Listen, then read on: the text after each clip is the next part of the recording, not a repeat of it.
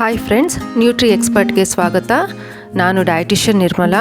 ನಾನಿವತ್ತು ಒಂದು ಇಂಟ್ರೆಸ್ಟಿಂಗ್ ರೆಸಿಪಿನ ತೋರಿಸ್ತಾ ಇದ್ದೀನಿ. ಯೂಶ್ವಲಿ ನಾವು ಇಡ್ಲಿನ ಚಟ್ನಿ ಅಥವಾ ಸಾಂಬಾರ್ ಜೊತೆಗೆ ತೊಗೋತೀವಿ. ಸೊ ಅದರಿಂದ ಏನಾಗುತ್ತೆ ಅಂದರೆ ನಿಮಗೆ ಪೋಷನ್ ಕಂಟ್ರೋಲ್ ಮಾಡಲಿಕ್ಕೆ ಕಷ್ಟ ಆಗುತ್ತೆ. ಸೊ ನೀವು ಈ ಥರ ಮಾಡಿಕೊಂಡ್ರೆ ನಿಮ್ಮ ಪೋಷನ್ ಕಂಟ್ರೋಲ್ ಮಾಡೋದು ತುಂಬಾ ಈಸಿ. ಬನ್ನಿ ನೋಡೋಣ ರೆಸಿಪಿ ಹೇಗೆ ಮಾಡೋದು ಅಂತ. ಇಲ್ಲಿ ನಾನೊಂದು ಪ್ಯಾನ್ ಇಟ್ಟಿದ್ದೀನಿ. ಆ ಪ್ಯಾನ್ಗೆ 1 ಸ್ಪೂನಷ್ಟು ಎಣ್ಣೆ ಹಾಕ್ಕೋತಾ ಇದ್ದೀನಿ.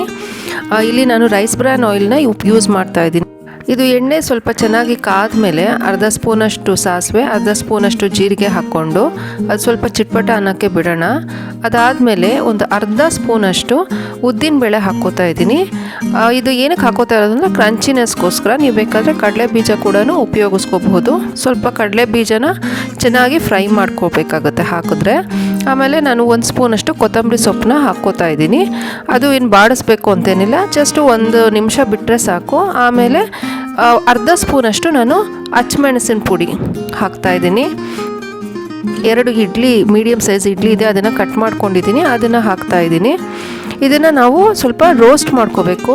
ಇಲ್ಲಿ ನಾನು ಫ್ಲೇಮ್ನ ಮೀಡಿಯಮಿಂದ ಹೈ ಫ್ಲೇಮಲ್ಲಿ ಇಟ್ಟಿದ್ದೀನಿ. ನೀವೇನಾದರೂ ಹೈ ಫ್ಲೇಮಲ್ಲಿ ಇಟ್ಟರೆ ಆವಾಗವಾಗ ಕೈ ಆಡಿಸ್ತಾನೆ ಇರಬೇಕು. ಇದು ಸ್ವಲ್ಪ ರೋಸ್ಟ್ ಆಗೋ ಥರ ಮಾಡಿಕೊಂಡ್ರೆ ಟೇಸ್ಟು ತುಂಬ ಚೆನ್ನಾಗಿರುತ್ತೆ. ಯೂಶ್ವಲಿ ಇಡ್ಲಿನ ಬೆಳಿಗ್ಗೆ ಹೊತ್ತು ಚಟ್ನಿ ಜೊತೆಗೆ ತೊಗೋಬೋದು, ಬಟ್ ಆದರೆ ಸಾಯಂಕಾಲ ಆದಮೇಲೆ ಅದು ಸ್ವಲ್ಪ ಹಾರ್ಡ್ ಆಗುತ್ತಲ್ವ, ಸೊ ಆವಾಗ ತೊಗೊಳ್ಳಿಕ್ಕೆ ಕಷ್ಟ ಆಗುತ್ತೆ. ಸೊ ನಿಮ್ಮ ಮನೇಲಿ ಏನಾದರೂ ಉಳಿದಿರೋ ಇಡ್ಲಿ ಇದ್ದರೆ ಈ ಥರ ಒಂದು ಇಂಟ್ರೆಸ್ಟಿಂಗ್ ರೆಸಿಪಿ ಮಾಡಿಕೊಂಡು ನೀವು ಕ್ಯಾರಿ ಮಾಡ್ಬೋದು. ಇಲ್ಲಿ ನಾನು ತೋರಿಸ್ತಿರೋದು 2 ಸರ್ವಿಂಗ್, ಅಂದರೆ 2 ಪೋರ್ಷನ್ ಆಗುವಂಥದ್ದು.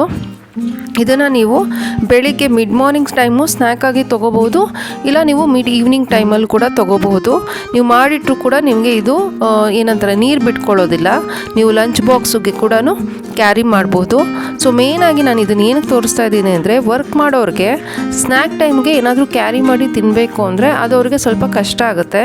ಮತ್ತು ನೀವು ಇದನ್ನು ಮಕ್ಳಿಗೂ ಕೂಡ ಕೊಡ್ಬೋದು, ಅವ್ರಿಗೂ ಒಂದು ಸ್ವಲ್ಪ ಇಂಟ್ರೆಸ್ಟಿಂಗ್ ಆಗಿರುತ್ತೆ. ನೀವು ಮಕ್ಕಳಿಗೆ ಕೊಡೋ ಹಾಗಿದ್ರೆ ಒಂದು ಸ್ವಲ್ಪ ತುಪ್ಪನ ಬಳಸ್ಬಹುದು. ಇಲ್ಲ ಅಂತಂದರೆ ನೀವು ವೆಯ್ಟ್ ಲಾಸ್ಗೆ ಉಪಯೋಗಿಸ್ಕೊಳ್ಳೋ ಹಾಗಿದ್ರೆ ಹಾಗೇ ಉಪಯೋಗಿಸ್ಕೋಬಹುದು. ನೀವು ಇಡ್ಲಿನ ತಕ್ಷಣ ತೊಗೊಳ್ಳೋ ಹಾಗಿದ್ರೆ ಒಂದು ಸ್ವಲ್ಪ ಮೀಡಿಯಮ್ ಫ್ಲೇಮಲ್ಲಿ ಫ್ರೈ ಮಾಡ್ಕೊಳ್ಳಿ.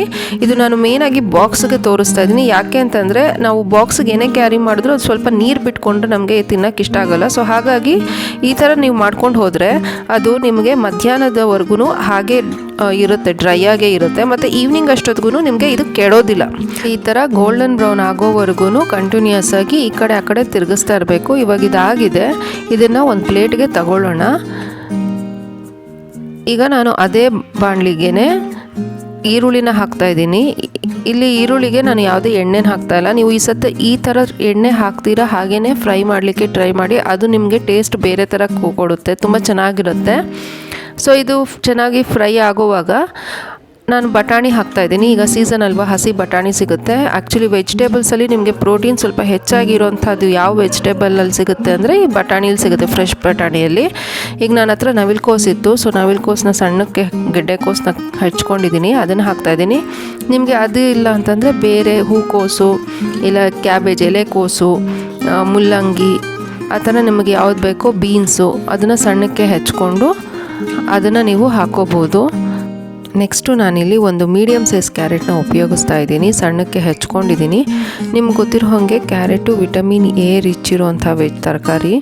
ಇದರಲ್ಲಿ ಬೀಟಾ ಕ್ಯಾರೋಟಿನ್ ಅನ್ನೋದಿರುತ್ತೆ. ಸೊ ಅದು ನಮ್ಮ ಕಣ್ಣಿಗೆ ಹಾಗೇ ಈವನ್ ಆ್ಯಂಟಿ ಏಜಿಂಗ್ ಆಗು ವರ್ಕ್ ಮಾಡುತ್ತೆ. ಅದರಲ್ಲಿ ತುಂಬ ಆ್ಯಂಟಿ ಆಕ್ಸಿಡೆಂಟ್ಸ್ ಇರುತ್ತೆ. ಮತ್ತು ಬಟಾಣಿಲೂ ಕೂಡ ನಮಗೆ ಹೆಚ್ಚು ಪ್ರೋಟೀನು ಮತ್ತು ಫೈಬರ್ ಇರೋದ್ರಿಂದ ಡೈಜೆಷನನ್ನು ಸ್ವಲ್ಪ ಸ್ಲೋ ಆಗಿ ಆಗೋ ಥರ ಮಾಡುತ್ತೆ. ನಾನು ಹೇಳ್ದಂಗೆ ಇಡ್ಲಿ ಎಂದು ಫರ್ಮೆಂಟೆಡ್ ಫುಡ್ ಆಗಿರೋದ್ರಿಂದ ಅದು ಬೇಗ ಡೈಜೆಷನ್ ಆಗುತ್ತೆ. ನೀವು ಇಡ್ಲಿ ಅಥವಾ ಸಾಂಬಾರ್ ಜೊತೆಗೆ ತೊಗೊಂಡಾಗ ನಾನು ಅದನ್ನೇ ಅಂದಿದ್ದು, ಪೋಷನ್ ಕಂಟ್ರೋಲ್ ಮಾಡಲಿಕ್ಕೆ ಕಷ್ಟ ಆಗುತ್ತೆ, ಯಾಕೆಂದರೆ ಅದರಲ್ಲಿ ಮೇಯ್ನಾಗಿ ಫೈಬರ್ ಇರೋದಿಲ್ಲ. ಸೊ ನೀವು ಈ ಥರ ಒಂದು ಸ್ವಲ್ಪ ತರಕಾರಿಗಳ ಜೊತೆಗೆ ಮಾಡ್ಕೊಳ್ಳೋದ್ರಿಂದ ನಿಮಗೆ ಅದು ಡೈಜೆಷನ್ನ ಸ್ಲೋ ಮಾಡುತ್ತೆ. ಡೈಜೆಷನ್ ಸ್ಲೋ ಮಾಡಿದಾಗ ಕಂಟಿನ್ಯೂಸ್ಸು ಎನರ್ಜಿ ನಿಮಗೆ ಸಪ್ಲೈ ಆಗ್ತಾ ಇರುತ್ತೆ. ಸೊ ಹಾಗಾಗಿ ನಿಮಗೆ ಬೇಗ ಸುಸ್ತು ಆಗೋದಿಲ್ಲ ಮತ್ತು ಹಸಿವು ಆಗೋದಿಲ್ಲ. ನೆಕ್ಸ್ಟು ನಾನಿಲ್ಲಿ 1/4 ಸ್ಪೂನಷ್ಟು ಉಪ್ಪನ್ನು ಉಪಯೋಗಿಸ್ತಾ ಇದ್ದೀನಿ. ಆದಷ್ಟು ನೀವು ಉಪ್ಪನ್ನು ಕಡಿಮೆ ಮಾಡೋದ್ರಿಂದ ನಿಮ್ಮ ದೇಹ ನೀರನ್ನು ಹಿಡಿದಿಟ್ಕೊಳ್ಳೋದಿಲ್ಲ. ಸೊ ಇದರಿಂದಾಗಿ ನಿಮಗೆ ವೆಯ್ಟ್ ಲಾಸ್ ಮಾಡಲಿಕ್ಕೆ ತುಂಬಾ ಸಹಾಯ ಆಗುತ್ತೆ. ನೆಕ್ಸ್ಟು ನಾನಿಲ್ಲಿ ಕ್ಯಾಪ್ಸಿಕಮ್ನ ಹಾಕ್ತಾಯಿದ್ದೀನಿ. ಕ್ಯಾಪ್ಸಿಕಮಲ್ಲಿ ತುಂಬ ಆ್ಯಂಟಿ ಆಕ್ಸಿಡೆಂಟ್ಸ್ ಇದೆ, ವಿಟಮಿನ್ ಸಿ ಇದೆ, B6 ಇದೆ, ಹಾಗೆಯೇ ಮೆಗ್ನೀಷಿಯಮ್ ಇದೆ. ಇವೆಲ್ಲ ನಮ್ಮ ನರಗಳನ್ನು ಸ್ಟ್ರಾಂಗ್ ಮಾಡಲಿಕ್ಕೆ ಹೆಲ್ಪ್ ಮಾಡುತ್ತೆ. ಯೂಶ್ವಲಿ ನಾವೆಲ್ಲ ಏನು ಮಾಡ್ತೀವಿ, ಊಟ ಮಾಡುವಾಗ TV ನೋಡ್ತೀವಿ, ಇಲ್ಲ ಮಾತಾಡ್ತಾ ಊಟ ಮಾಡ್ತೀವಿ, ಇಲ್ಲ ಅಂದರೆ ಮೊಬೈಲ್ ನೋಡ್ತೀವಿ. ಮಾಡ್ತಾ ಇರ್ತೀವಿ. ಸೊ ಈ ಸಲ ನೀವು ಇದು ಯಾವುದನ್ನು ಉಪಯೋಗಿಸ್ತೀರಾ, ಒಂದು ಪ್ರಶಾಂತವಾಗಿರುವಂಥ ಪೀಸ್ಫುಲ್ ಆಗಿರೋ ಪ್ಲೇಸಲ್ಲಿ ಕೂತ್ಕೊಂಡು ನೀವು ಏನು ತಿಂತೀರ ಅದನ್ನು ಚೆನ್ನಾಗಿ ಅಗಿದು ಎಂಜಾಯ್ ಮಾಡಿಕೊಂಡು ತಿನ್ನಿ. ಇದರಿಂದ ಏನಾಗುತ್ತೆ ಅಂದರೆ ನಿಮಗೆ ಆ ತಿಂದಿರೋ ಸ್ಯಾಟಿಸ್ಫ್ಯಾಕ್ಷನ್ ಸಿಗುತ್ತೆ. ಅಟ್ ದ ಸೇಮ್ ಟೈಮ್ ನೀವು ಕಡಿಮೆ ತಿಂದ್ರೂ ನಿಮಗೆ ಹೊಟ್ಟೆ ಬೇಗ ತುಂಬ್ದಂಗೆ ಆಗುತ್ತೆ. ಇನ್ನೊಂದು ಟಿಪ್ ಏನಂತಂದರೆ, ನೀವು ಏನೇ ಆಹಾರ ತೊಗೊಳಕ್ಕಿಂತ ಅರ್ಧ ಗಂಟೆ ಮುಂಚೆ 1 ಗ್ಲಾಸ್ನಷ್ಟು ನೀರನ್ನ ಕುಡೀರಿ. ಇದರಿಂದಾಗಿ ನೀವು ಹೈಡ್ರೇಟ್ ಆಗಿರ್ತೀರ ಮತ್ತು ಹಸು ಕೂಡ ಆಗೋದಿಲ್ಲ. ಈಗ ನಾನು 1/4 ಸ್ಪೂನಷ್ಟು ಗರಂ ಮಸಾಲಾನ ಹಾಕ್ತಾಯಿದ್ದೀನಿ. ಈಗೆಲ್ಲನೂ ಚೆನ್ನಾಗಿ ಮಿಕ್ಸ್ ಮಾಡ್ಕೊಳ್ಳೋಣ. ಈಗ ಚೆನ್ನಾಗಿ ಮಿಕ್ಸ್ ಮಾಡ್ಕೊಂಡ್ಮೇಲೆ ಆಗಲೇ ಫ್ರೈ ಮಾಡಿ ಇಟ್ಕೊಂಡಿರೋ ಇಡ್ಲಿನ ಹಾಕೋಣ. ಈಗ ಇಡ್ಲಿನ 1 ನಿಮಿಷದವರೆಗೂ ಸ್ವಲ್ಪ ಹೊತ್ತು ಹಾಗೆ ಬಿಡೋದ್ರಿಂದ ಅದಿನ್ನೊಂದು ಸ್ವಲ್ಪ ಕ್ರಿಸ್ಪ್ ಆಗುತ್ತೆ. ಈಗ ಎಲ್ಲನೂ ಮಿಕ್ಸ್ ಮಾಡ್ಕೊಂಡು ಆದಮೇಲೆ ಇಲ್ಲಿ ನಾನು 1/4 ಸ್ಪೂನಷ್ಟು ಚಾಟ್ ಪೌಡರ್ನ ಉಪಯೋಗಿಸ್ತಾ ಇದ್ದೀನಿ. ನಿಂಬೆಹಣ್ಣಿನ ಜ್ಯೂಸ್ ಉಪಯೋಗಿಸ್ತಾ ಇಲ್ಲ. ಯಾಕೆ ಅಂತಂದರೆ ಇಡ್ಲಿಯಲ್ಲಿ ಹುಳಿ ಅಂಶ ಇರೋದ್ರಿಂದ ಇಲ್ಲಿ ನಿಂಬೆಹಣ್ಣಿನ ಜ್ಯೂಸ್ ಏನೂ ಬೇಕಾಗೋದಿಲ್ಲ. ಸೊ ನಾನಿವತ್ತು ತೋರಿಸಿರುವಂಥ ರೆಸಿಪಿ ನಿಮಗೆ ಇಷ್ಟ ಆಯಿತು ಅಂದ್ಕೊಂಡಿದ್ದೀನಿ. ನಿಮಗೆ ಯಾವುದೇ ಥರದ ಮತ್ತಷ್ಟು ರೆಸಿಪೀಸ್ ಆಗಲಿ ಅಥವಾ ಹೆಲ್ತ್ ರಿಲೇಟೆಡ್ ಇನ್ಫಾರ್ಮೇಷನ್ ಆಗಲಿ ಅಥವಾ ವೆಯ್ಟ್ ಲಾಸ್ ಬಗ್ಗೆ ಏನೇ ಪ್ರಶ್ನೆ ಇದ್ರೂ ನೀವು ಕಾಮೆಂಟ್ ಸೆಕ್ಷನಲ್ಲಿ ಹಾಕಿ, ನಾನು ಅದ್ರ ರಿಲೇಟೆಡ್ ವೀಡಿಯೋಸ್ನ ಅಪ್ಲೋಡ್ ಮಾಡ್ತೀನಿ. ಸೊ ಇದೇ ಥರ ನನ್ನ ಚಾನಲಲ್ಲಿ ಹೊಸ ರೆಸಿಪೀಸ್ನ ನೀವು ನೋಡಬೇಕಂದ್ರೆ ನನ್ನ ಚಾನಲ್ನ ಸಬ್ಸ್ಕ್ರೈಬ್ ಮಾಡ್ಕೊಳ್ಳಿ, ನಿಮ್ಮ ಫ್ರೆಂಡ್ಸ್ ಜೊತೆಗೆ ಶೇರ್ ಮಾಡ್ಕೊಳ್ಳಿ, ಹಾಗೆಯೇ ಕಮೆಂಟ್ ಮಾಡಿ. ನೆಕ್ಸ್ಟ್ ವಿಡಿಯೋದಲ್ಲಿ ಸಿಗೋಣ. ನಮಸ್ಕಾರ.